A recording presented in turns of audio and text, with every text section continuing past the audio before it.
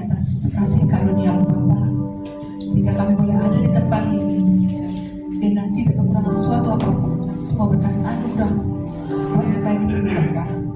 Terima kasih Bapa atas keselamatan yang telah diperoleh melalui pengorbanan Yesus yang memulihkan hubungan kami Bapa dengan Engkau. Terima kasih Bapa, terima kasih. Kami berdoa untuk jemaat-Mu Bapa yang masih dalam perjalanan. Kau tibakan di tempat ini, pasukan malaikat-Mu menjaga sehingga tiba di tempat ini dengan tidak kekurangan suatu Bapa. Terima kasih Bapa. Dan untuk jemaat yang tidak dapat hadir karena kelemahan tubuh Bapa atau halangan lain Bapa, kami percaya penyertaan-Mu juga sempurna atas mereka Bapa, sehingga mereka boleh ada di tempat ini dan memuji bersama kami kepada-Mu Bapa. Terima kasih Bapa. Mari Roh Kudus pimpin ibadah ini dari awal sampai akhir Bapa, sehingga kami yang ada di tempat ini Bapa boleh pulang, boleh menerima sukacita, kelegaan. Terima kasih kami dikenyangkan dan kami dipuaskan Bapa oleh kebenaran. Terima kasih Bapa. Kami serahkan hidup kami serahkan ibadah ini hanya ke dalam tangan-Mu saja. Haleluya, hanya di dalam nama Yesus. Kami berdoa dan mengucap syukur. Amin. Mari kita sembah dan tinggikan Yesus Mesih yang adalah tabernakel yang sejati, tempat pertemuan ilmu dan kita umatnya. Kita angkat pujian Beri Sang Malaysia.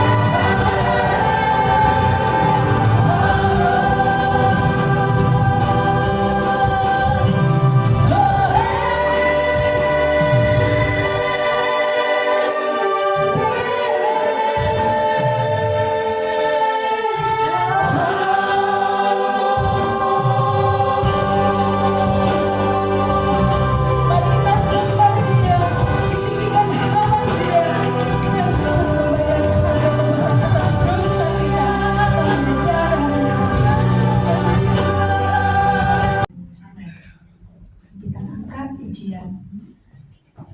Engkau alasanku hidup. Mari tenangkan hati kita dan pikiran kita.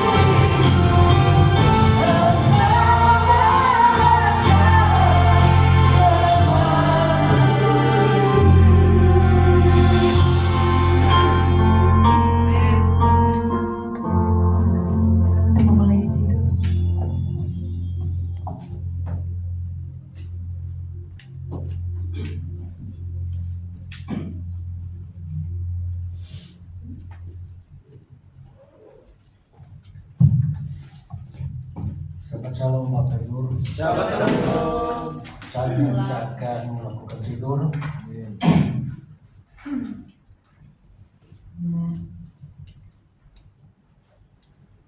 Kita mulai dari Matofu, alangkah indahnya. Ini awalnya merupakan perkataan kutuk untuk bangsa Israel yang akan dilakukan oleh Bileam. Namun oleh Adonai Elohim diubah untuk memberkati bangsa Israel. Amin. Untuk itu mari kita nyanyikan Matofu.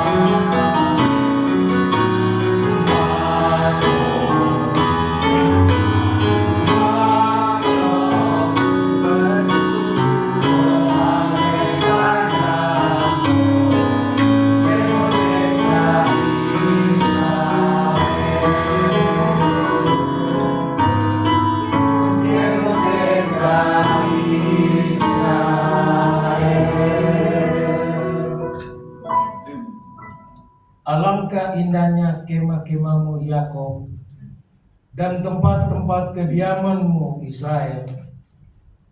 Dan aku berkat kasih setiamu yang besar, aku akan masuk ke dalam rumahmu, sujud menyembah ke arah baitmu yang kudus dengan takut akan engkau.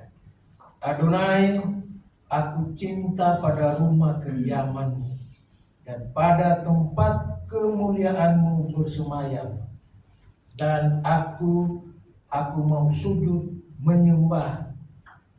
Aku mau bertekuk lutut di hadapanmu, Pencipta. Dan aku kiranya doaku kepadamu ya Adonai boleh diterima. Elohim, dalam berkat kasih setiamu yang besar, jawablah aku dalam kebenaran keselamatanmu. Amin. Bekot Yismeku.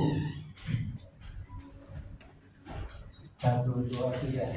Ismeku bermaguteka, sombre, sombre, sombre, sabat, rectore, one, sabat.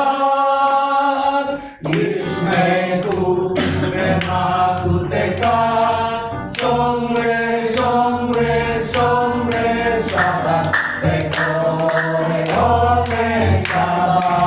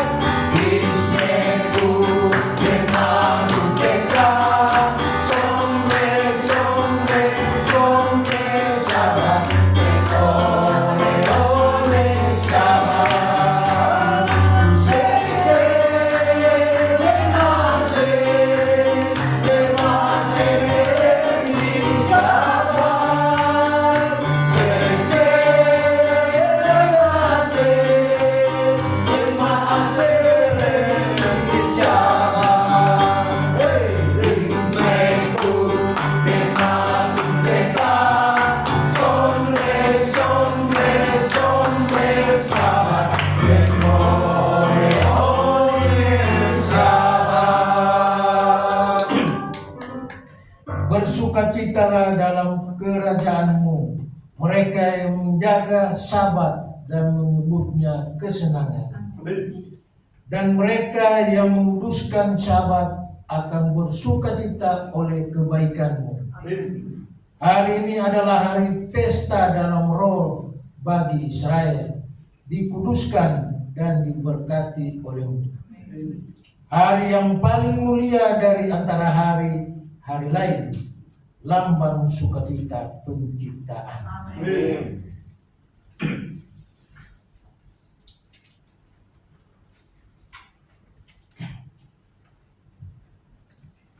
Tehillim 92, kita akan membacakan perjanjian. Nanti jika dikatakan kita akan nyanyikan Mazmur nyanyian untuk hari Sabat adalah baik untuk menyanyikan syukur kepada Adonai dan untuk menyanyikan mazmur bagi namanya Namamu ya yang Maha Tinggi.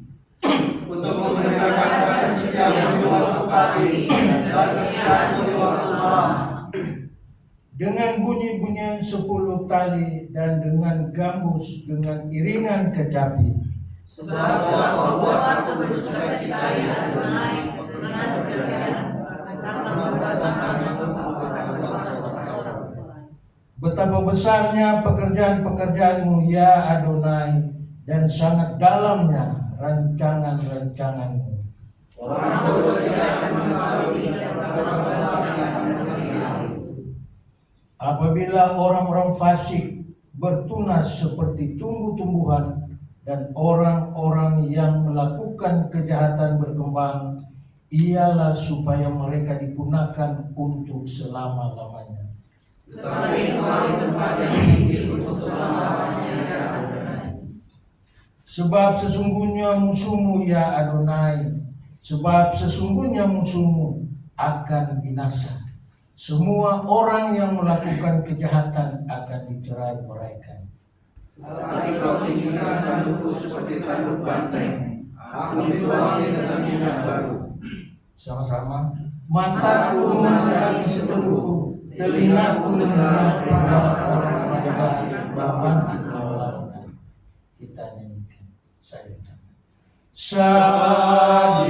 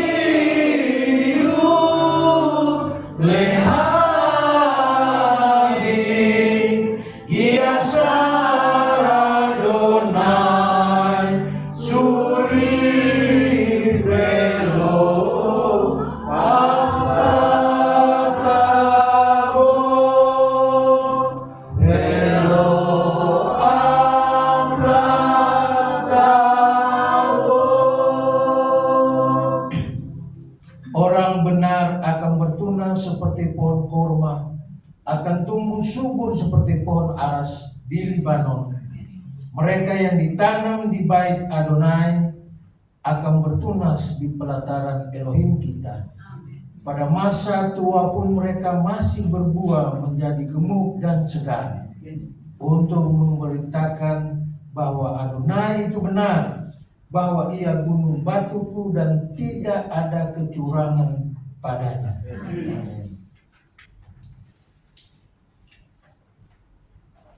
Barehu silakan kita berdiri, kita menghadap.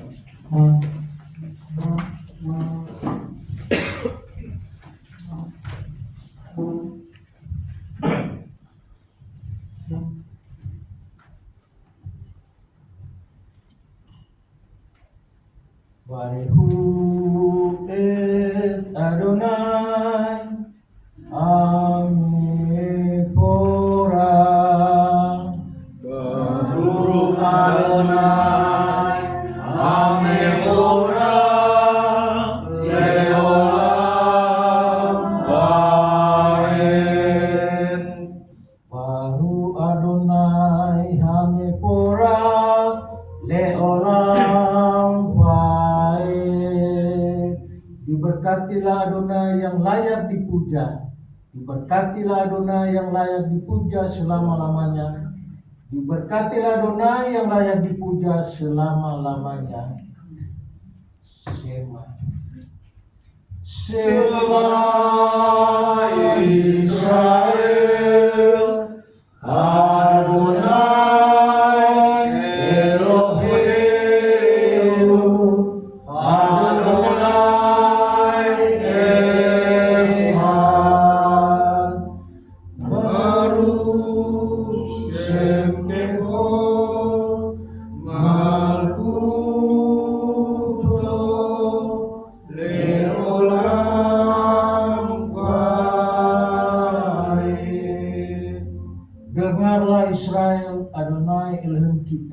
Adonai Echad.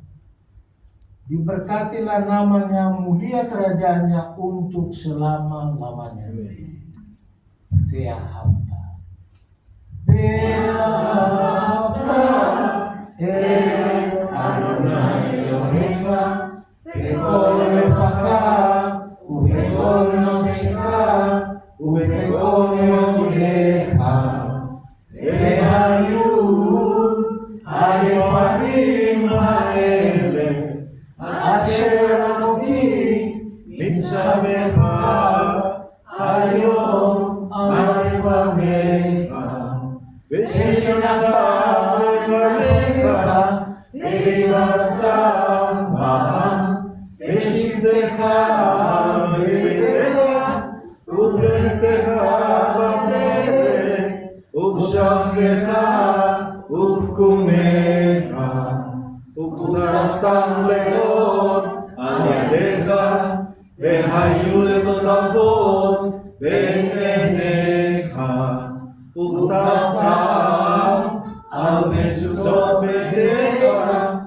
ubisarecha lemleman tizkeru ve'asitem et kol mitzvotai ve'tem kedoshim lelohem ani Adonai Elohem asher hotzeihem me'eretz Mitzrayim להיות להם לאלוהים אני אדוני אלוהיהם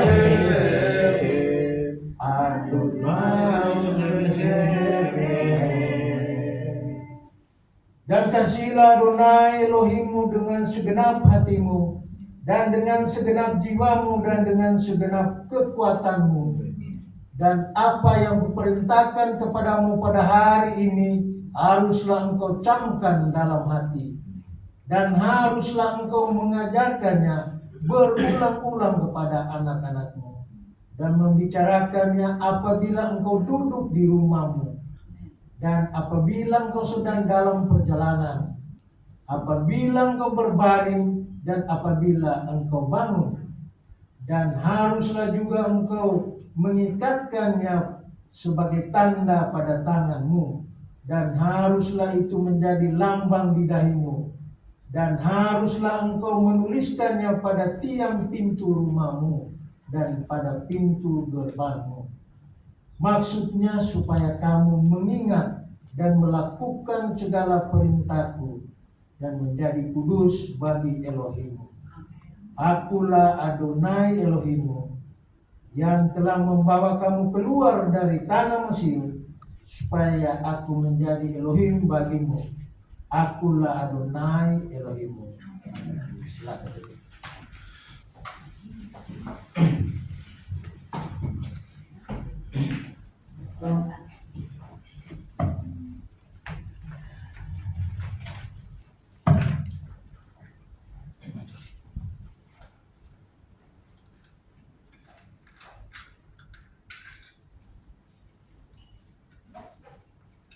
Berikut kita akan mendoakan memberkati anak-anak kita, baik di rumah maupun dimanapun mereka berada. Mari kita berdoa untuk anak kita.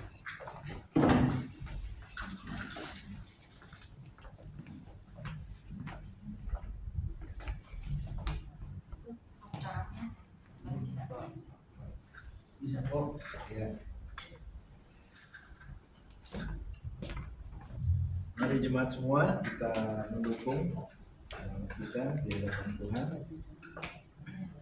dalam doa.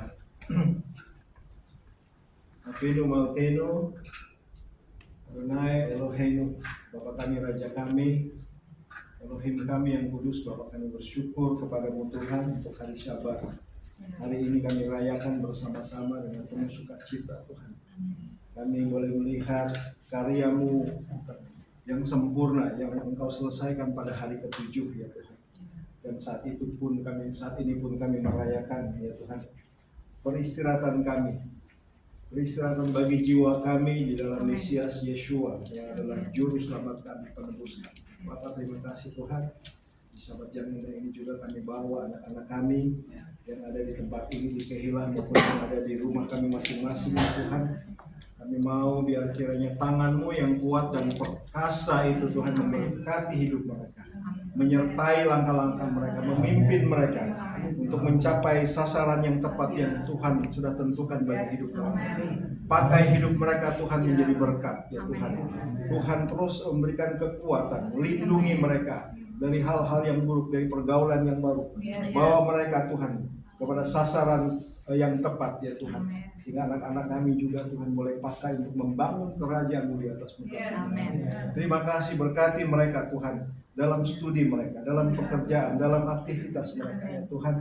Sehingga anak-anak kami boleh bertumbuh, anak-anak kami boleh berakar dengan kuat dan berbuah-buah di dalam kehidupan mereka untuk kemuliaan bagi nama Tuhan.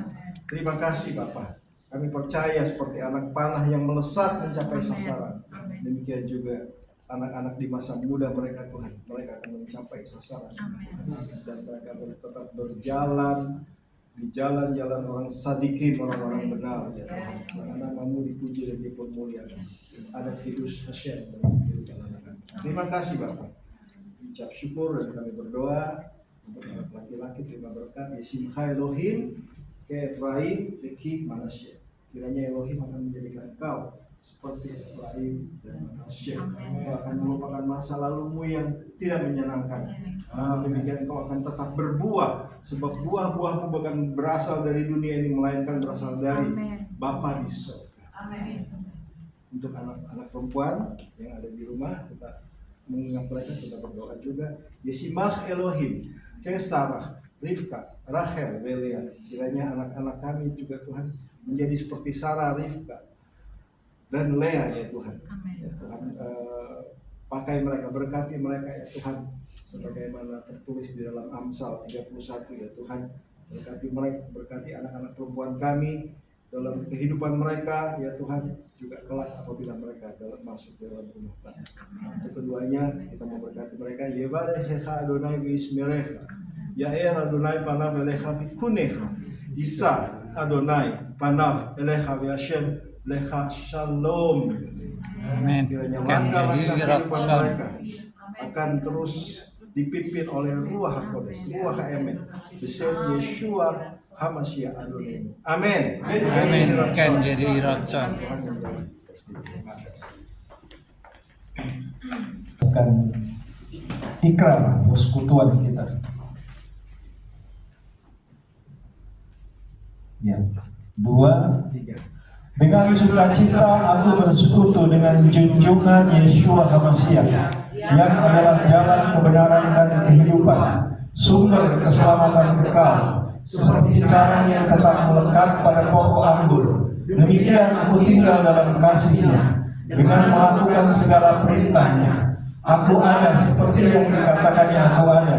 Aku akan jadi seperti yang dikatakannya aku akan jadi. Kehidupan yang berbuah lebat bagi kemuliaan-Nya. Firman Tuhan itu berita bagi kakiku dan terang bagi jalanku. Ia tidak akan kembali dengan sia-sia. Ia akan berhasil dalam perintah-Nya. Langit dan bumi akan lenyap, tetapi janji Tuhan kekal selamanya. Haleluya. Amin. Ya, akan duduk. Baru kata Adonai Elohim melech haolam asher kidesanu v'mitzvotav v'tzipanu la'asok b'divrei Torah. Diberkatilah Engkau Adonai Elohim kami, Raja semesta alam, yang menguduskan kami dengan perintah-perintah-Nya dan memerintahkan kami untuk mempelajari firman Torah. Besem Yeshua Mashiach. Amin. Ya, puji Tuhan Bapak Ibu. Ya, hari ini kita masuk di dalam parashat Shmini, ya, itu ada di dalam Imamat 9 dan sampai Imamat 11, pasal 11 ayat yang ke-47, ya. Di sini bicara tentang imam dan pelayanannya, kemudian juga ada kematian Nadab dan Abihu, dan tentang Tahor dan Tameh, itu di pasal 11. Ya, mudah-mudahan bisa tidak terlalu lama, ya. Puji Tuhan. Ya, itu dengan judul Api Kudus dan Kekudusan Hidup, ya, Parasat Shmini. Yaitu parasat ini dimulai dengan kalimat yang tadi sudah dibacakan oleh Saudara Andi.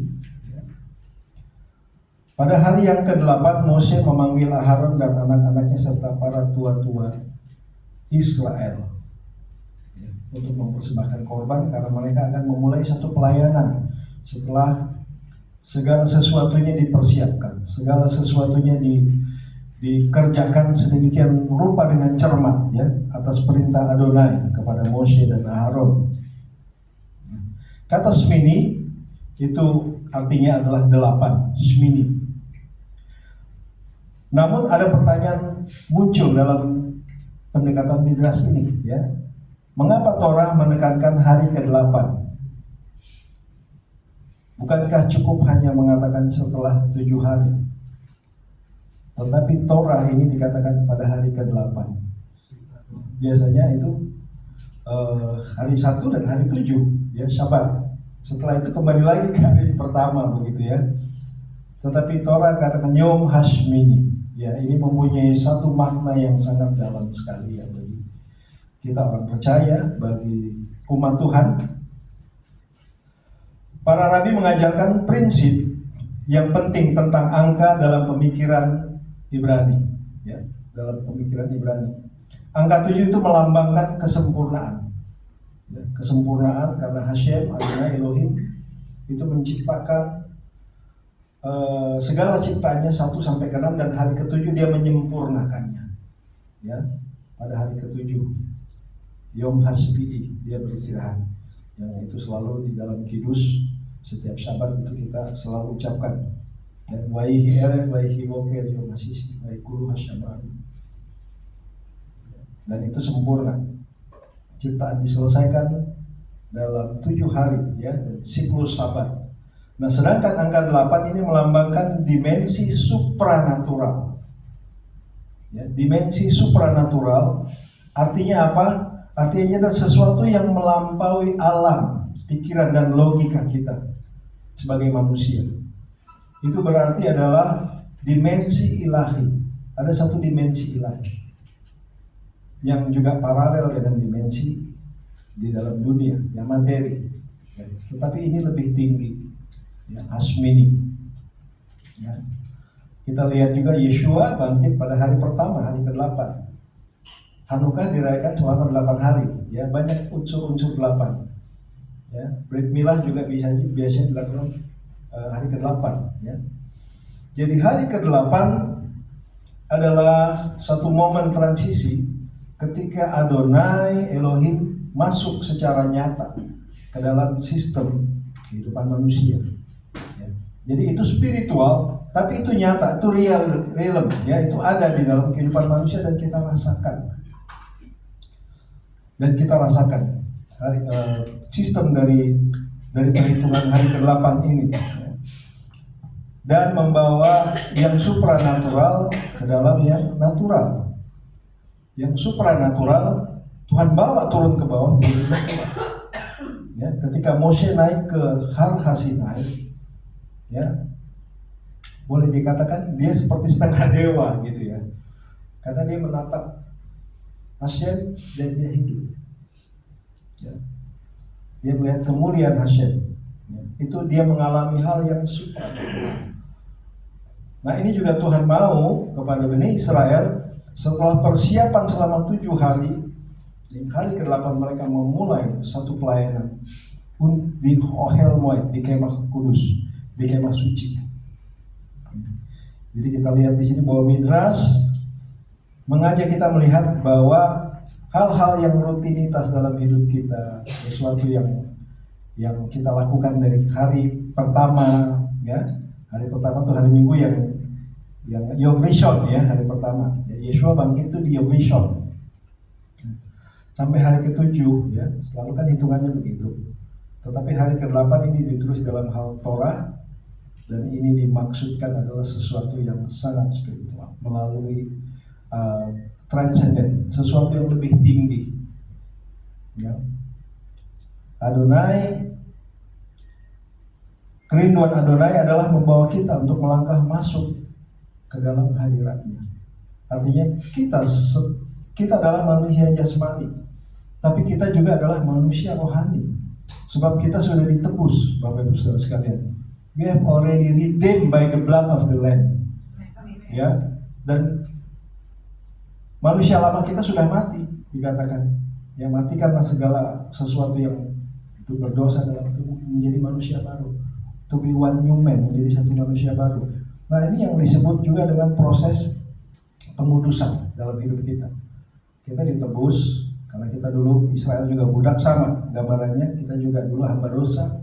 Kita ditebus dulu, bukan dikasih perintah dulu. Proses baru kita berjalan di dalam ketaatan dan kemudian kita dimuliakan. Ya. Seseorang yang tidak punya kekuatan untuk menebus dirinya adalah harus ada seseorang yang menebus dia. Mesias Yeshua menebus kita pada saat kita dalam keadaan berdosa sekalipun dia sudah menebus kita. Oleh sebab itu, hari ke-8 ini adalah satu hal yang luar biasa. Ya. Tuhan mau supaya kita masuk dan melangkah ke dalam hadirat-Nya yang kudus yang ada di bumi ini. Ya. Artinya hal yang spiritual bukan hanya ada di surga, dan itu harus dibawa ke atas bumi. Kita lihat dari penabisan para imam. Selama 7 hari sebelumnya, ya, itu kita bisa lihat di dalam parasha Sab yang lalu. Ya. Aharon dan ya, ada tahapan-tahapan yang mereka melalui 7 hari ke belakang sebelum mereka bersiap di hari ke-8 untuk melayani Adonai di Ohel Moed. Ya. Yang disebut Miluim, ya, Miluim itu proses penahbisan. Lalu sekarang pada hari ke-8, ya, ketika mereka masuk hari ke-8 di ayat 9 pasal 1 ini, pelayanan yang resmi itu baru dimulai.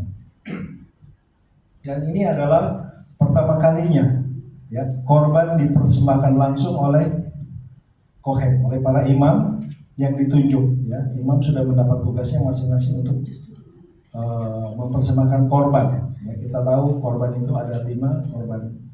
Apa aja saudara? Korban khatat, olah, selamin, apalagi mincha, dan korban rasa bersalah, apa itu ya, satu lagi? Ya? Ya, ada 5 korban, ya, yang kita bisa pelajari di dalam Torah. Ya, itu udah sering kita itu, dan itu mempunyai maksud, mempunyai arti dari tiap-tiap korban itu, ya. Hampir dari 3 korban itu merujuk kepada Yeshua, ya, kecuali korban mincha, ya, karena itu berupa tepung, gandum, dan anggur. Jadi imam diberikan kesempatan pertama kalinya di hari ke-8 untuk mempersembahkan korban. Dan Sekinah dan Kavod Elohim itu juga dinyatakan di hari ke-8 itu, ya, karena kita bisa lihat juga di sini kemuliaan Tuhan itu nyata ketika korban itu dipersembahkan, ya. Nah, di sini sebentar.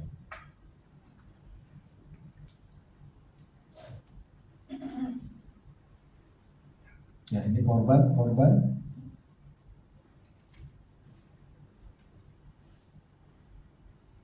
Ya, kemuliaan Tuhan dinyatakan, ya, ketika mereka mempersembahkan korban. Itu ada di pasal 9, tapi saya itu di ayat berapa?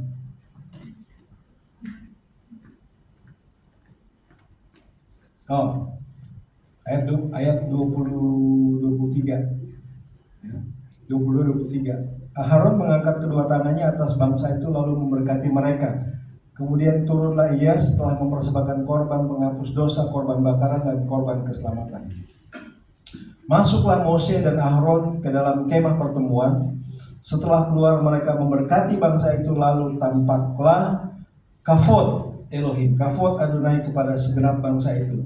Dan keluarlah api dari hadapan Adonai, lalu menghanguskan korban bakaran dan segala lemak di atas mezbah, Tatkala seluruh bangsa itu melihatnya, bersorak-sorailah mereka lalu sujud menyembah. Ya, ini bukti bahwa ketika di hari ke-8 itu dimulai satu pelayanan, para imam mempersembahkan korban, Tuhan menerimanya dan kemuliaan Tuhan turun di atas Ohel Moed, di atas kemah suci dan di hadapan seluruh Israel. Ya. Lalu para rabi bertanya, mengapa perlu 7 hari persiapan sebelum hari ke-8 yang ajaib itu? Ya. Jawabannya adalah karena hadirat Tuhan tidak turun ke tempat yang belum dipersiapkan. Hadirat Tuhan tidak akan turun ke satu tempat yang tidak dipersiapkan. Tuhan mau segala sesuatunya dipersiapkan. Ya. Kedatangan Yeshua juga demikian. Yeshua mau kita mempersiapkan segala sesuatunya untuk mengantisipasi mempelai laki-laki.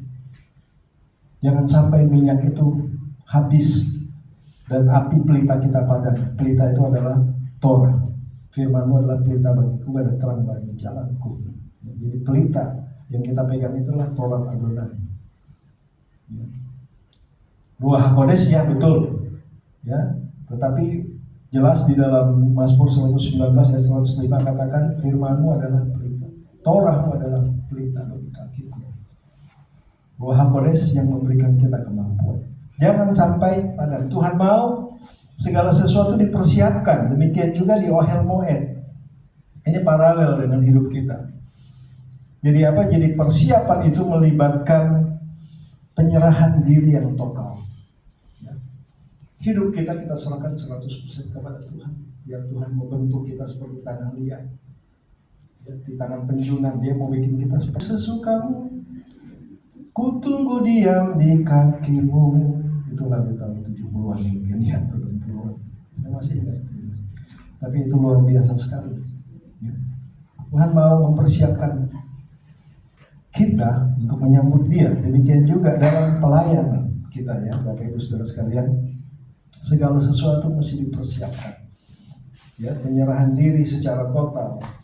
Lalu di sini ada pentahiran, tohorot atau tahara. Ya, para imam biasanya dia mencelupkan, membenamkan dirinya dulu ke dalam satu kolam, ya, untuk membersihkan diri sebelum mereka memulai pelayanan di Ohel Moed. Ya. Jadi diperlukan pentahiran, ya, sesuatu yang kita manusia, ya, kita tidak luput dari kesalahan, dari sesuatu yang kita lakukan, itu pasti, ya, kita bukan manusia yang sudah bersih dari segala kesalahan dan pelanggaran dosa.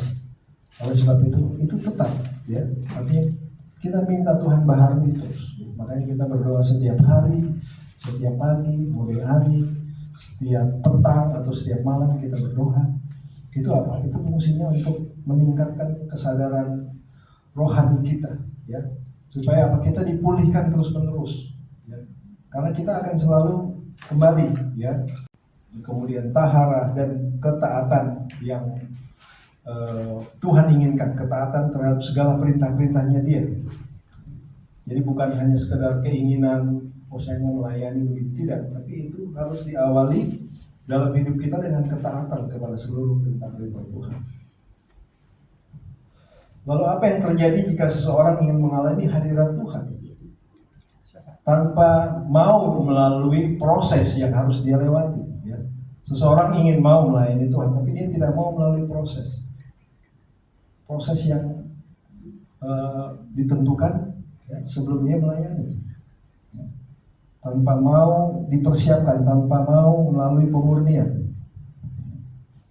Jadi itu tidak akan menjadi sesuatu yang dapat memberkati pelayanan.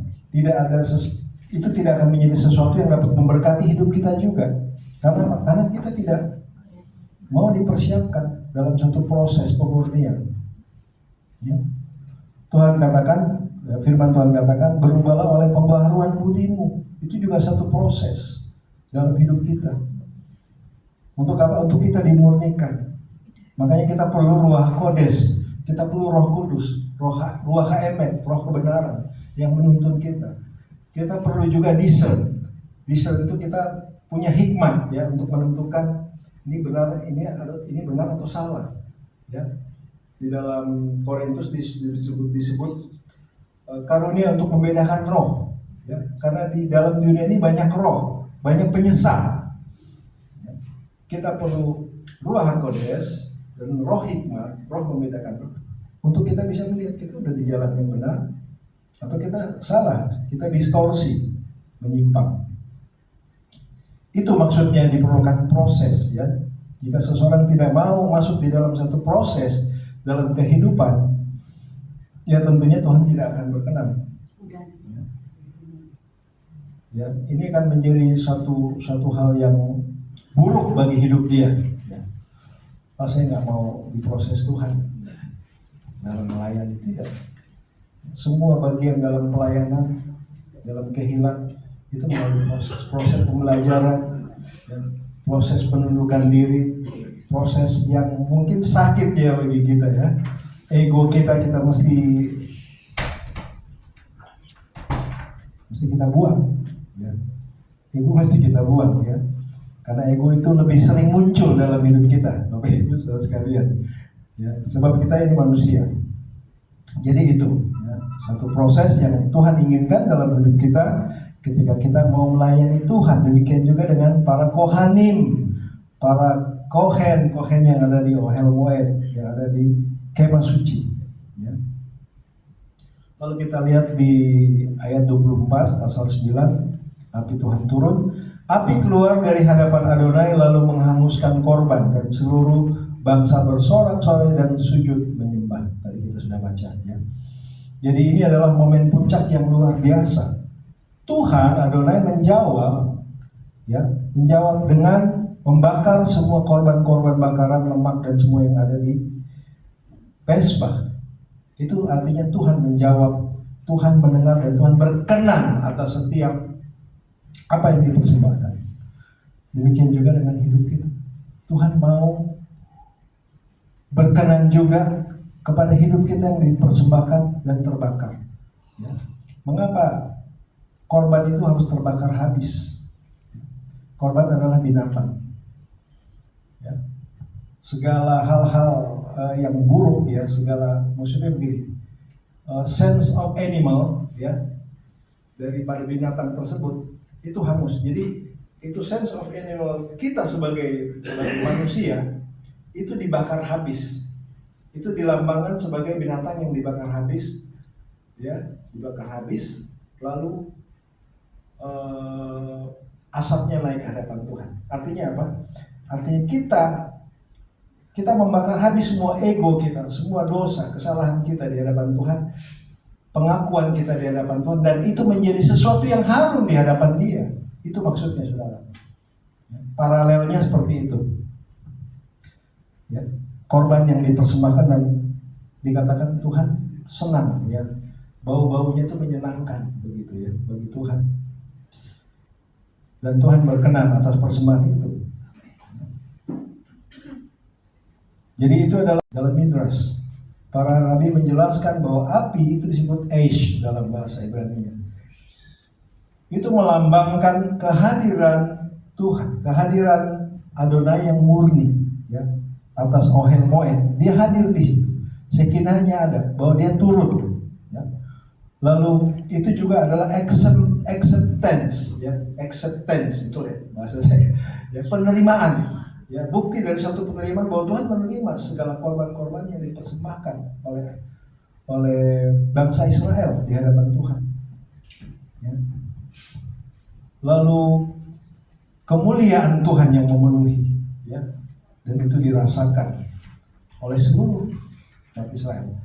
Jadi Tuhan turun dilihat dengan mata kepala, tapi kemuliaannya, sekinahnya juga dirasakan oleh seluruh kohanim dan seluruh bangsa Israel. Jadi sesuatu yang benar Tuhan hadir dan meneguhkan mereka bahwa persembahan mereka, apa yang mereka persembahkan itu diterima. Namun kita lihat dalam parasat ini kita belajar bahwa api rohani itu memiliki juga dua sisi. Api bisa menjadi berkat, acceptance tadi, ya, atau bisa juga menjadi seperti penghakiman / pemurnian, ya. Jadi sesuatu yang bisa menghakimi juga seseorang. Kita lihat di mana? Kita lihat di Nadab dan Abihu, ya, di pasal 10. Segera setelah kemuliaan Tuhan dinyatakan, terjadi tragedi yang menggemparkan. Ya. Kita lihat di sini pasal 10 ayat 1. Kemudian anak-anak Aharon, Nadab dan Abihu, masing-masing mengambil perbaraannya, membubuh api ke dalamnya serta menaruh ukupan di atas api itu. Dengan demikian mereka mempersembahkan ke hadapan Adonai api yang asing yang tidak diperintahkannya kepada mereka. Wah, ini hati-hati sekali ini. Ya. Kita lihat ini, api asing. Nadab dan Abihu membawa api asing. Ya. Disebut es zarah. Es zarah itu api asing yang tidak diperintahkan. Kita lihat di ayat berikutnya menjelaskan dampaknya juga secara instan, langsung terjadi di situ. Ya, di sini ayat 2. Maka keluarlah api dari hadapan Adonai, lalu menghanguskan keduanya sehingga mati di hadapan Adonai. Luar biasa. Ya. Mereka mempersembahkan api asing, dan saat itu juga secara instan Tuhan menyambar mereka sedemikian rupa. Sama seperti ketika Uza, pada saat David Hamelek memindahkan tabut perjanjian dari rumah Edom, ya, dari Kiryat Yarim, ya, ketika itu tergelincir, ya, itu tidak boleh, sebab tabut perjanjian, ya, itu tidak boleh ditaruh di atas kereta. Tetapi apa? Tabut perjanjian harus dipikul oleh orang-orang Lewi, oleh para imam. Itu sama seperti itu. Jadi Ezra, api asing, mereka langsung mati. Ya, mereka langsung lalu maka keluar api dari hadapan Adonai lalu menghanguskan keduanya sehingga mati di hadapan Adonai.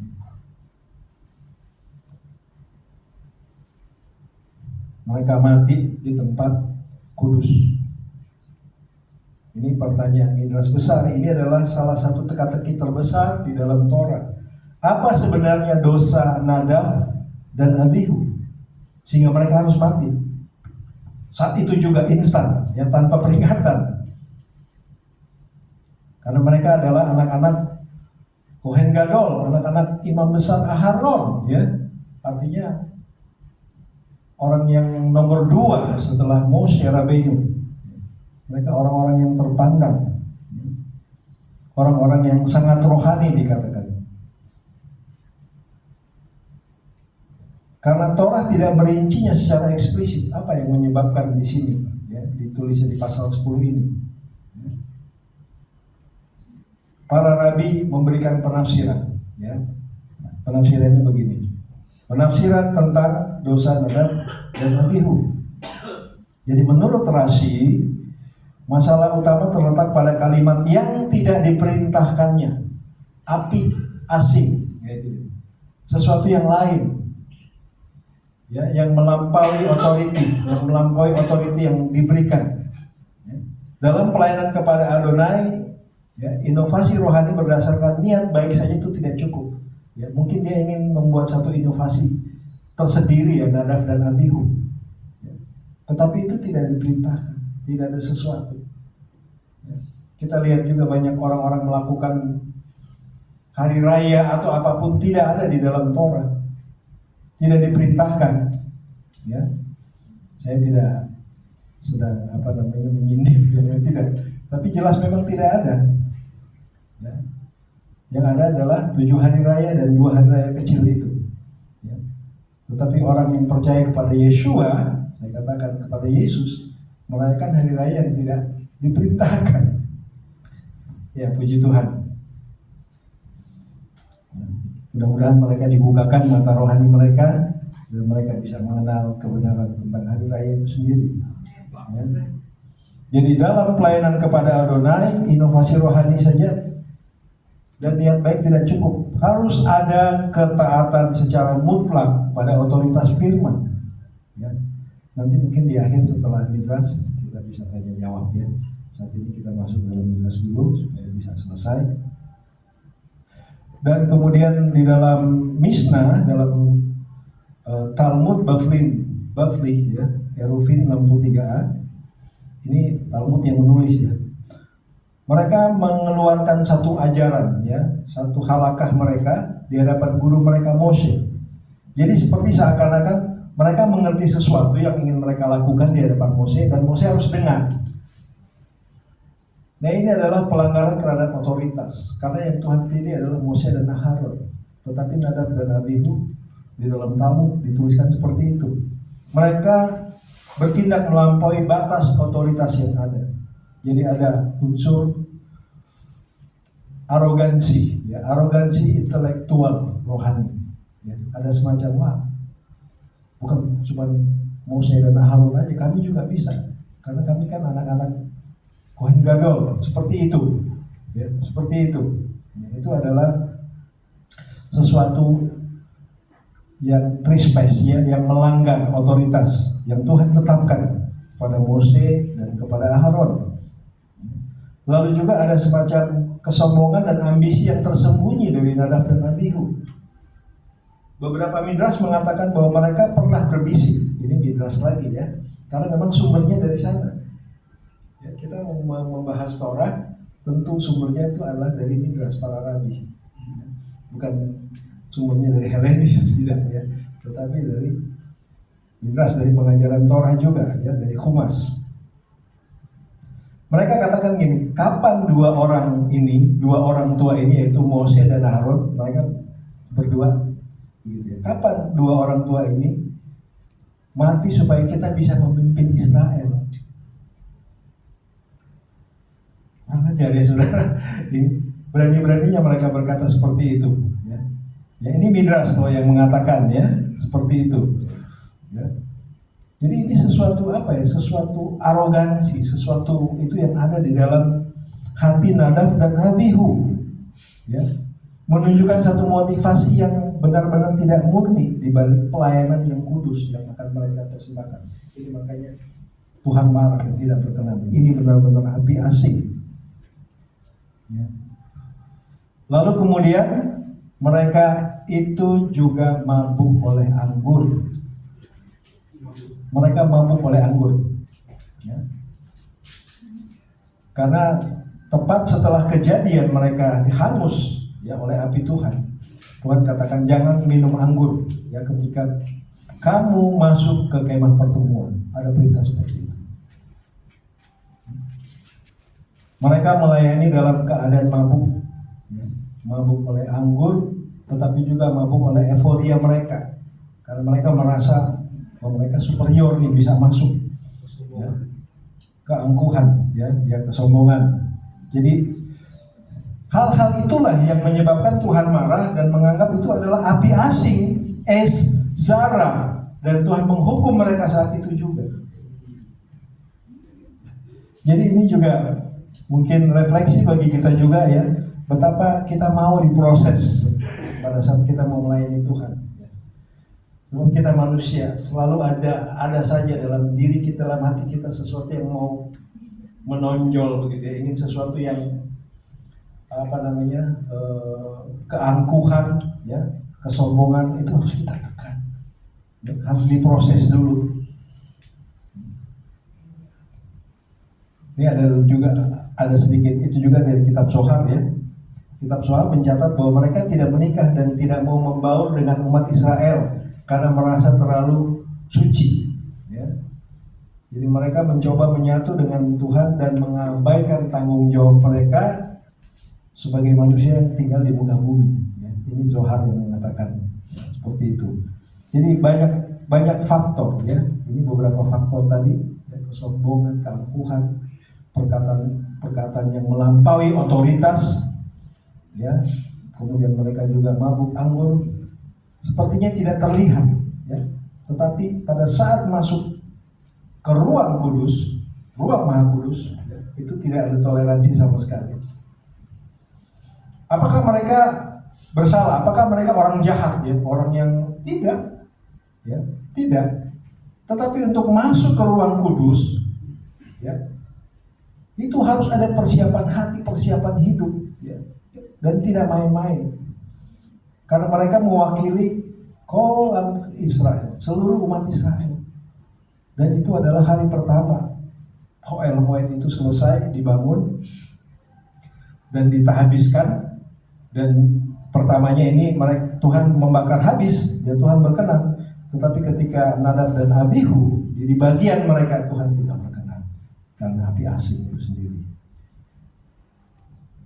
Setelah kematian mereka, Mose berkata kepada Aharon melalui ya di dalam Imamat Purwa ayat 3, berkatalah Mose kepada Aharon, inilah yang difirmankan Adonai kepada orang yang karib kepadaku, kunyatakan kekudusanku, dan di muka seluruh bangsa itu akan kuperlihatkan kemuliaanku.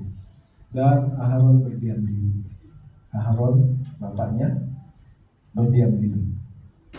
Melalui orang-orang dekat kepadaku, aku menunjukkan kekudusanku. Di provide Ekadesh, kekudusanku. Jadi ini adalah prinsip rohani yang sangat serius. Semakin dekat seseorang dengan Adonai Elohim, ya, semakin kita dekat dengan Tuhan, semakin kita melekat. Karov Adonai, Lekol Korab, Lekol Aseri Ikra'uhu Be'emet. Semakin tinggi standar kekudusan yang Tuhan tuntut dalam hidup kita. Ada tanggung jawab, ya, yang Tuhan inginkan supaya pada saat kita semakin dikuduskan, semakin Tuhan juga ingin supaya Dia dekat dengan kita. Semakin kita dekat, standar kekudusan kita mesti ada pada level yang Tuhan tentukan dalam hidup kita. Jadi apakah kedekatan kita dengan Tuhan? Jadi Tuhan mendekat dan mempersembahkan korban. Apakah kedekatan kita dengan Tuhan akan membuat kita lebih sembrono dalam hidup kita, ya, dan kita seperti tidak mau diproses, tidak mau meningkatkan level kekudusan kita supaya Tuhan tetap berkenan, atau justru kita semakin hormat dan gentar? Apakah kita memperlakukan hal-hal yang kudus seperti hal-hal yang biasa? Tidak, saudara, ya. Sesuatu yang kudus itu harus diperlakukan kudus. Makanya ada hamafdil ben kodes leko. Pada Sabat selesai, artinya Sabat dipisahkan dengan profane, dengan hari-hari lain. Ya, artinya Sabat itu khusus. Hari-hari lain bukan tidak khusus. Hari-hari lain memang Tuhan sediakan untuk melakukan hal-hal yang lain, membangun kehidupan pada saat kita ada di bumi. Ya. Tapi yang jelas hal-hal kudus dipisahkan. Ya. Jadi kedekatan kita kepada Adonai, ya, keakraban kita, ya, melekat kita kepada Adonai, ya, itu adalah sesuatu hal yang Tuhan tuntut dalam hidup kita. Standar rohani, standar iman, standar apa ya? Semakin hari, ya kuduslah kamu sebab aku kudus, firman Tuhan. Dikatakan seseorang yang tidak kudus tidak akan melihat Elohim. Yang kudus itu Yeshua yang katakan gitu kan. Dia akan melihat Elohim. Yang suci hatinya, berbahagialah Asrei, ya, Halef, Kados, berbahagia orang yang kudus hatinya karena dia akan melihat Elohim. Jadi itu penting sekali, ya. Lalu kita lihat di sini diamnya Aharon, ya, di dalam pasal 10 ayat 3, Aharon berdiam diri di sini, ya. Dan Aharon berdiam diri. Ya. Dalam bahasa Ibrani, kata yang dipakai adalah Vayidom Aharon. Kata Vayidom, ya, Vayidom Aharon. Bukan sekedar tidak bicara, ya. Kata ini berasal dari akar kata yang menggambarkan satu keheningan. Ya, satu keheningan yang radikal seperti batu tiang. Ia tidak marah kepada Tuhan. Ia memilih Waidom. Dia memilih berdiam. Lalu Midras bertanya tentang diamnya Harun. Para rabi mengatakan diamnya Harun itu adalah manifestasi dari penyerahan diri total dan iman yang paling dalam. Dia mengerti dan dia memahami bahwa anak-anaknya membawa api asik dan Tuhan menghukum. Bahwa Harun mengerti dan tahu itu adalah hak Tuhan, kedaulatan Tuhan untuk melakukan sesuai dengan firman-Nya. Ada kalanya kita juga harus berdiam diri, Bapak Ustaz sekalian. Ya. Kadang saya juga dalam satu hari itu, misalnya saya bangun, saya berdoa. Ada hal-hal saya tidak berdoa seperti biasa ya, tapi saya merenung, saya berdiam diri, saya meditate. Meditate itu merenungkan sesuatu ya, di dalam hati. Meditate itu adalah meditate ya, meditasi ya, itu adalah juga bagian dari doa. Ya, tapi bukan meditasi seperti bertapa gitu, bukan ya. Meditate itu merenungkan sesuatu secara dalam. Ya, merenungkan dan membawa evaluasi bagi roh kita, bagi jiwa kita, sehingga kita bisa mengerti apa Tuhan kira-kira yang Tuhan mau katakan, apa kira-kira Tuhan berkenan nggak, Tuhan mau. Itu perlu sekali dalam hidup kita, Bapak Ibu, sehingga Tuhan tetap menyertai hidup kita. Kita diarahkan. Firman Tuhan ini kan seperti pelita. Ya. Seluruh hidup kita harus selaras dan sesuai dengan jalannya Tuhan. Jadi Aharon, ya, dia berdiam, dia baidom, ya. Jadi diamnya Aharon itu manifestasi dari penyerahan diri total dan iman yang paling dalam. Dia menundukkan akal budinya di bawah kedaulatan Hashem yang tidak terselami. Jadi kadang-kadang respon terbaik dalam penderitaan rohani bukanlah mencari jawaban, ya, mencari kenapa, why, kenapa begini, ya. Saudara bisa bayangin dua anaknya yang mau melayani mati tiba-tiba mati secara langsung. Itu kan bukan sesuatu yang kita menggambarkan betapa tidak bergejolaknya hati Aharon, tapi tidak dikatakan di situ bahwa itu dia berdiam. Dia menyerahkan diri total dengan emunahnya dia yang paling dalam. Dan dia menundukkan akal budinya di bawah kedaulatan Tuhan. Waidom artinya tetap percaya meskipun akal budi kita hancur dan tidak mengerti. Kita tetap percaya kepada Hashem, Adonai Elohim, Adonai Eloheinu, Adonai Echad dalam hidup kita. Karena kita tidak mengerti. Waidom itu penting, kita berdiam diri, merenung. Kita bertanya apa? Saya percaya Tuhan akan kasih jawaban dalam hidup kita. Amin, Bapak Ibu Saudara sekalian. Ya, segala perkara dapat kutanggung di dalam Dia yang memberikan kekuatan kepadaku. Amin. Rabi Saul dari Tarsus yang mengatakan itu. Dan itu juga harus berdampak dalam hidup kita. Lalu setelah tragedi itu, kematian Nadab dan Abihu, Adonai memberi perintah yang juga menjadi base atau jangkar dalam parasya ini, ya. Kamu harus dapat membedakan antara yang kudus dan yang tidak kudus, antara yang tamei dan yang tahir, ya. Pasal 10 ayat 10. Jadi apa akar kejatuhan Nadab dan Abihu? Para rabi menjawab, mereka gagal melakukan hafdalah. Ya, mereka gagal melakukan pemisahan antara yang kudus dan yang tidak kudus. Itu mereka campur. Bukan berarti yang tidak kudus atau profet itu sesuatu yang buruk, yang dosa, tidak. Ya, tidak juga. Tapi di hadapan Adonai, pada milifnya Adonai ketika dia melakukan perintah dalam pelayanan Ohel Moed, itu sesuatu yang sangat melanggar. Ya. Jadi kamu harus perhatikan, ya, membedakan antara yang kudus dan yang tidak kudus, antara yang tamei dan yang tahor. Mereka gagal melakukan itu. Mereka mencampur adukan emosi, euforia sebagai manusia dengan kekudusan Elohim, kekudusan ilahi, dicampur adukan di tempat kudus. ya, di tempat kudus. Itu artinya di dalam kehadiran Adonai Elohim. Ya, nggak bisa begitu. Api langsung menyambar mereka.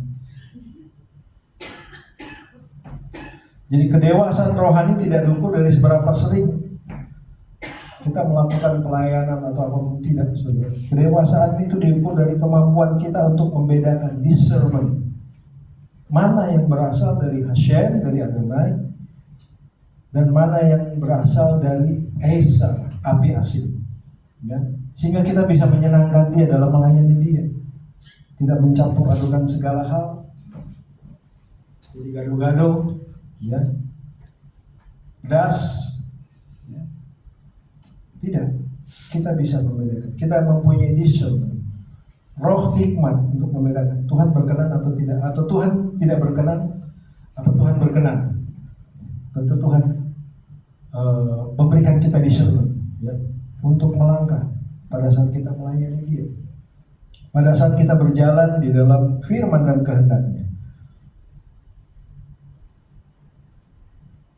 Ya. Memang berat ya Bapak Ibu Saudara sekalian, karena memang kita manusia penuh dengan segala kelemahan. Dikatakan roh penurut tetapi daging lemah. Itu Yeshua yang katakan loh, ya. Waktu murid-muridnya disuruh bertunggu di sini 1 jam, aku mau berdoa kepada Bapa. 3 kali dia datang, ya masih tidur lagi. Roh penurut tapi daging lemah. Nah, bagaimana supaya daging kita kuat? Ya.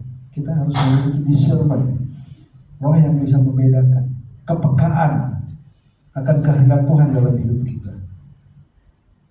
Haleluya. Oke. Ini ada satu bagian lagi ya tentang pasal 11, binatang haram dan yang tidak haram, binatang yang tame dan koser. Imamat 11 menjelaskan daftar hewan yang boleh dan tidak boleh dimakan. Ini bukan sekedar soal kesehatan atau diet, tetapi ini adalah masalah dari identity dan kekudusan. Sebab akulah Adonai yang telah menuntun kamu keluar dari tanah Mesir supaya aku menjadi Elohimmu, maka hendaklah kamu kudus sebab aku kudus. Imamat 11 ayat 45. Jadi di sini Elohim menekankan bahwa kekudusan dalam memilih makanan adalah refleksi dari relasi perjanjian dengannya. Refleksi dari relasi perjanjian dengannya. Bukan sesuatu yang sembarangan ya, bukan sesuatu yang bicara soal diet aja begitu ya, atau kesehatan, tidak. Tetapi relationship between Hakadosh Baruch dengan kita, between Yeshua dengan kita. Imamat 20 lebih banyak membahas larangan terhadap praktek-praktek amoral ya. Kita jadi melangkah agak jauh ke Imamat 20 ya, karena di situ ada itunya, ada petunjuknya ya. Penyembahan berhala dan segala hal ya yang tidak berkenan kepada Tuhan, mempersembahkan anak kepada Molok ya. Tetapi yang menariknya adalah dalam ayat 25 dan 26 Elohim kembali menyinggung makanan tahir, makanan tahor, dan makanan tame. Haruslah kamu membedakan antara binatang yang tahor dan yang tame. Ya. Tahor, yang dan tame itu najis. Ya. Makanannya bisa. Dan janganlah kamu membuat dirimu menjadi jijik karena binatang, burung, dan segala sesuatu yang merayap di tanah. Kamu harus kudus bagiku. Akulah Adonai. Itu ada dalam Imamat 20, 25, 26. Jadi kunci dari pengertian kekudusan itu adalah bersifat holistik ya, itu bersifat menyeluruh. Dalam pandangan Ibrani, kekudusan bukan hanya moral atau spiritual, tetapi mencakup tindakan-tindakan hidup kita sehari-hari, apa yang dimakan, bagaimana kita berpakaian, bagaimana kita berbicara, dan sebagainya ya. Maka ketika tidak mentaati aturan makan kasrut ya, itu dapat digolongkan atau dapat juga disebut dengan pelecehan terhadap kekudusan. Bayangin gitu ya. Soal makan aja Tuhan atur sedemikian rupa. Jadi sama seperti penyembahan bersalah atau perzinahan, Bapak Ibu Saudara sekalian. Saya juga waktu saya melihat, ngeri sekali ini, ya. Ngeri sekali. Jadi mengapa makan B2, itu B. Makan B2 dianggap sama dengan penyembahan berhala. Jadi babi disebutkan secara spesifik dalam Iman 11 ayat 7 sebagai 11 ayat 7 sebagai hewan yang najis, hewan yang tameh, yang tidak bersih. Karena meskipun mempunyai kuku terbelah yang najis, itu adalah berarti saudara kita yang belum ini mereka menyembah berhala. Ya dikatakan seperti itu. Ini sifra kedosi, ya, midras dalam sifra kedosi. Paulus juga di dalam Brit Hadasa juga menyatakan jauhkan dirimu dari percabulan. Ya, karena itu menyangkut penyembahan berhala juga. Jadi di dalam satu kuil, seseorang yang mempersembahkan ingin melakukan satu ritual, ya, dia membawa makanan, dia membuat satu ritual, ya. Jadi semuanya di kuil-kuil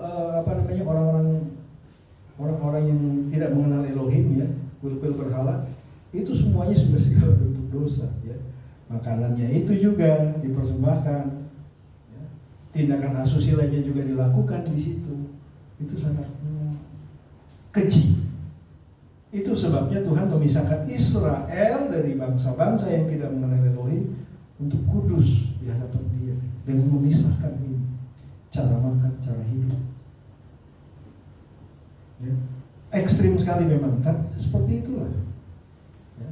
Saya dulu waktu di Mesianik juga, waktu masih di gereja lama, ya saya katakan. Ya. Kita kan diajarkan doktrin seperti saya katakan, oh semua sudah dikuduskan, semua sudah. Itu tidak mengerti Torah, itu tidak mengerti kebenaran. Bukan itu maksudnya. Sebab bagaimana mungkin di sini dia tidak boleh, di sini dia boleh? Nggak ada seperti itu. Ini firman Tuhan, Torah Adonai, Ketuvim dan Nevim ini satu semua, ya, paralel semua. Ini adalah penuntun hidup kudus bagi kita. Bukan yang di sini udah dibatalkan, nggak boleh, yang di sini udah boleh, karena ini oksimoron, jadi pertentangan, ya, dan membuat orang-orang di luar kita juga bingung. Tidak, kita ikuti semua apa yang dikatakan. Kita juga bisa lihat Simon Kefa waktu dia ingin ke rumah Simon penyama kulit, lalu dia dapat penglihatan ada keranjang besar berisi binatang-binatang tameng, ya. Kalau nggak salah di Kisah Rasul 10, ya. Terus makanlah dan sembelihlah dan makanlah. Apa yang Simon Kefa katakan? Tidak, aku tidak pernah melakukan hal itu. Dengan tegas dia katakan seperti itu. Dia berpegang pada Torah, dan pada akhirnya dia mengerti bahwa penglihatan itu dimaksudkan adalah bahwa bangsa-bangsa yang di luar Israel, bangsa-bangsa lain itu digambarkan dan diibaratkan seperti binatang-binatang tameng yang dipersembahkan di kuil-kuil penyembahan berhala. Kamu harus ketemu mereka, mereka pun harus diselamatkan. Artinya begitu. Dia pergi ke rumah Cornelius, dan apa yang terjadi? Cornelius dipenuhi dengan Ruh HaKodes, dan keselamatan terjadi atas rumah Cornelius. Ya. Sebab Simon Kefa katakan, barulah aku mengerti bahwa Tuhan itu adalah Tuhan juga bagi semua bangsa, dan keselamatan juga harus sampai kepada bangsa-bangsa. Maksudnya dari penglihatan itu. Tetapi itu kan diartikan lain oleh pengajaran Helenis, dan itu jadi fondasi mereka untuk untuk membolehkan bahwa ini boleh kok. Ternyata lihat aja ini di Kisah Rasul, Simon Petrus suruh sembelih, suruh makan, dianya aja yang bodoh, nggak mau. Bayangin, sedemikian dangkalnya, oksimoron, bertolak belakang, nggak mengerti karena tidak mengerti Torah, kebenaran Torah. Bahwa Tuhan menginginkan umatnya kudus, hidup terpisah dari hal-hal yang Dia tidak kehendaki, ya, sehingga itu terjadi. Tapi baru kasihan, puji Tuhan, kita ada di dalam pengajaran Torah, ya. Kita ada di dalam pengajaran Messianic Judaism, sehingga kita memahami, ya. Kita mengerti Torah yang dari Sion dan firman dari Yerusalem, sebab kita belajar di rumah Yakub, rumah Israel. Jadi bangsa-bangsa kafir, ya bangsa-bangsa penyembah berhala ya, kafir ini kan istilah itu ya, bangsa-bangsa penyembah berhala, goyim. Saat itu ya ada orang menyembah dewa-dewa mereka sambil makan daging babi dan melakukan ritual mereka. Jadi kekejiannya itu berlipat-lipat. Jadi kenapa disebut memakan daging babi juga, itu adalah bagian dari afodaza, penyembahan kepada berhala. Nah karena ini ya, maka bagi Israel babi diasosiasikan langsung dengan penyembahan berhala, karena itu merupakan simbol pemberontakan terhadap identitas kudus sebagai umat perjanjian, dan Tuhan mau dipisahkan dari hal-hal seperti ini. Yeshua tidak pernah membatalkan hukum kasrut, ya, hukum kasrut artinya hukum tentang makanan, ya. Yang dia kritik adalah kemunafikan orang Farisi yang menekankan keluar tanpa hati yang bersih, ya. Itu bicara tentang bagaimana mencuci tangan, toh di situ, ya, bukan sesuatu yang masuk, tetapi itu bicara tentang mencuci tangan, itilah tiadain. Bukan bicara tentang Yesus mengatakan menghalalkan segala makanan, tidak seperti itu. Di dalam Injil Markus pasal 7 ya, bukan dimaksudkan untuk menghalalkan makanan yang tameh, melainkan mengajarkan bahwa bangsa non-Yahudi tidak boleh dianggap tameh, ya, seperti Simon Kefas tadi, ya, pergi ke rumah Cornelius. Cornelius kan orang Itali, orang Romawi Itali, ya. Mereka juga harus menerima keselamatan oleh Yeshua, maksudnya itu. Jadi bukan bicara tentang makanan secara literal, ya, tidak, ya, tapi tentang keselamatan yang sampai kepada bangsa-bangsa. Jadi makan makanan tameh tetap dianggap tidak mencerminkan kekudusan, terutama bagi mereka, bagi kita yang memahami identitas perjanjian. Ya, memang dulu waktu kita di sana ya seperti itu, ya. Tetapi pelan-pelan kita belajar bagaimana hidup di dalam kebenaran Torah. Ya. Saya percaya Tuhan akan memimpin kita. Tuhan akan terus memberikan kita kemampuan, kekuatan, ya, supaya kita tetap taat kepada seluruh perintah-perintahnya Dia. Itu proses, ya. Itu kan makanya bilang 7 hari, ya, itu proses. Hidup kita juga proses, ya. Ego kita, ya, emosi kita, ya, kesombongan, keangkuhan kita, itu harus ditekan, diproses dalam hidup kita supaya kita siap untuk melayani Sang Raja, ya. Kita siap melayani Bapa kita. Sesuatu yang Tuhan tekankan dalam hidup kita. Kuduslah kami sebab Aku kudus. Jadi kudus ini aspeknya luas, juga menyangkut tentang cara makan, cara hidup kita, ya. Jadi Imamat 11 dan Imamat 20 saling terhubung dalam konsep kekudusan sebagai gaya hidup total.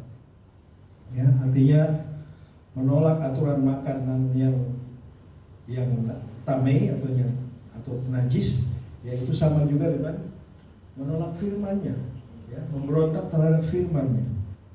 Dan dalam budaya konteks saat itu setara juga dengan tadi avodazara, ya, penyembahan berhala. Ya, kita tidak mau, ya, kalau itu, ya, memang kita harus kita harus menyampaikan kebenaran ini kepada saudara-saudara kita supaya mereka juga boleh dibawa masuk ke dalam kebenaran Torah. Amin, saudara. Ya, puji Tuhan. Ya, biar kita semakin dibaharui terus oleh Tuhan, tubuh roh jiwa kita menjelang kedatangan Tuhan yang semakin dekat. Kita dipersiapkan hati kita dalam melayani Tuhan, ya. Kita udah bisa melihat tadi banyak sekali hal-hal yang harus dipersiapkan selama 7 hari, sehingga pada hari ke-8 itu ada aspek-aspek spiritual, ya, aspek-aspek rohani yang lebih tinggi yang Tuhan berikan dalam hidup kita, sehingga itu mengubah hidup kita, ya, mengubah cara pandang kita, hingga kita boleh melayani Tuhan dalam kekudusan, dalam ketaatan. Amin. Mari kita berdoa. Bapak, terima kasih Tuhan untuk firman-Mu. Semini, pada saat semini kami bersyukur ya Tuhan, ya Tuhan yang menambahkan hal-hal yang kurang dalam pengajaran ini ya Tuhan, sehingga kami boleh mengerti dan memahami lebih dalam lagi Tuhan maksud dari seluruh firman Tuhan, maksud dari seluruh Taurat ya Tuhan. Bentuk kami ya Tuhan, proses hidup kami menjadi sesuatu yang baru, bagaikan emas yang murni ya Tuhan, yang terus diasah, ditempa ya Tuhan, menjadi sesuatu yang berharga di hadapan Tuhan. Sehingga Tuhan, jika kami boleh siap melayani Tuhan, sehingga kami siap Tuhan untuk menjadi saksi-saksi yang indah untuk kerajaan Tuhan di atas muka bumi ini. Saksi-saksi bagi Yeshua HaMashiach ya Tuhan, dan banyak orang dimenangkan bagi kerajaan-Mu. Terima kasih Bapak. Berkati kami sekalian, berkati jemaat-Mu ya Tuhan, dengan firman-Mu, dengan Torah-Mu, sehingga kami boleh menjadi satu manusia baru ya Tuhan, yang siap untuk bertemu dengan Tuhan. Terima kasih Bapak. Terpujilah nama-Mu, Besar Yeshua HaMashiach, kami mengucap syukur dan berdoa. Amin. Amin. Ya, saya serahkan musik dulu.